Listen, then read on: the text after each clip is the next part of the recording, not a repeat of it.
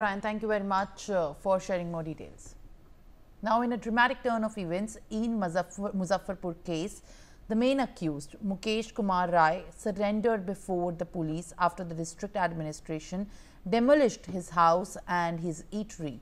The bulldozer action came in the wake of the widespread public outrage over the death of the 11-year-old girl who was sexually assaulted and later then succumbed after she was allegedly denied urgent medical care.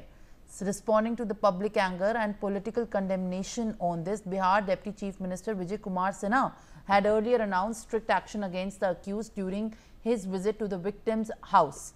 After a few hours, a bulldozer action was executed and under the leadership of the rural SP Vidya Sagar and the SDM West Shreya Shri, a heavy police contingent arrived at Mukesh Rai's, the accused's residence and a dhaba located in the jurisdiction of the police station area. Ritesh Mishra, my colleague, is joining me with more updates on that. In fact, Ritesh, this is the latest of the actions that have come in the light after the rape accused had surrendered following this incident in the presence of the police authorities and also the local authorities. The eatery and his residence were razed, while the decision was taken after there was much public outrage. There was condemnation of the kind of increasing crimes in the state of Bihar against women. And this is the 11-year-old girl who died after she was not given the urgent medical intervention after being raped brutally.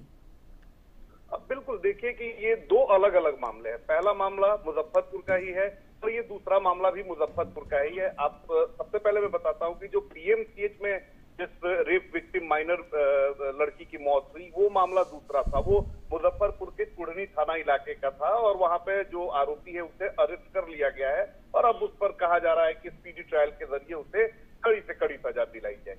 लेकिन उसी मुजफ्फरपुर में ये दूसरी घटना है जहां पर deputy CM Vijay Sinha के इंटरवीन करने के बाद पुलिस जो है वो एक्शन लेती है। एक लड़की के साथ रेप किया जाता है, थाने में पूरा मामला जब जाता है तो जो एसएचओ है वो मामले को सीरियसली लेता ही नहीं है।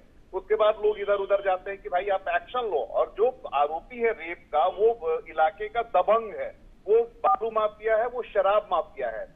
कोई सुनने वाला नहीं है, जो विक्टिम है उसका सुनने वाला कोई नहीं है। कल जब डिप्टी सीएम विजय सिन्हा मुजफ्फरपुर पहुंचे और वहां पर जब लोगों ने इस घटना को लेकर उनसे अपनी नाराजगी जाहिर की, उसके बाद जब डिप्टी सीएम विजय सिन्हा ने जो एसपी है उससे उन्होंने सवाल पूछा कि क्यों नहीं आरोपी के घर पर कार्रवाई हो रही है, और जब डिप्टी सीएम ने ये सारी चीजें की उसके बाद जो पुलिस है वो जगती है और जाकर फिर आरोपी के घर पर दबिश देती है, कुर्की जब्ती की कार्रवाई शुरू होती है और फौरन जो आरोपी है वो सरेंडर कर देता है और उसके बाद कुर्की जब्ती की कार्रवाई रोक दी जाती है।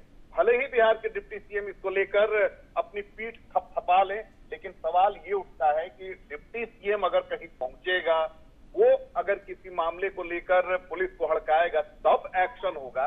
ये बड़ी गंभीर बात है और बिहार में अगर कोई गरीब व्यक्ति है, रसूखदार नहीं है, तो फिर वो ऐसे ही मारा जाएगा। इस तरह की स्थिति हो चुकी है। आप पीठ थपथपा रहे हैं कि डिप्टी सीएम गए उसके बाद एक्शन हुआ, लेकिन पुलिस क्या बगैर डिप्टी सीएम और बगैर सीएम के सुने कोई एक्शन नहीं लेगी? जी। Well, all right, Ritesh, thank you very much for sharing more details and also adding information. Now, viewers, with more news and updates on the other side, stay tuned.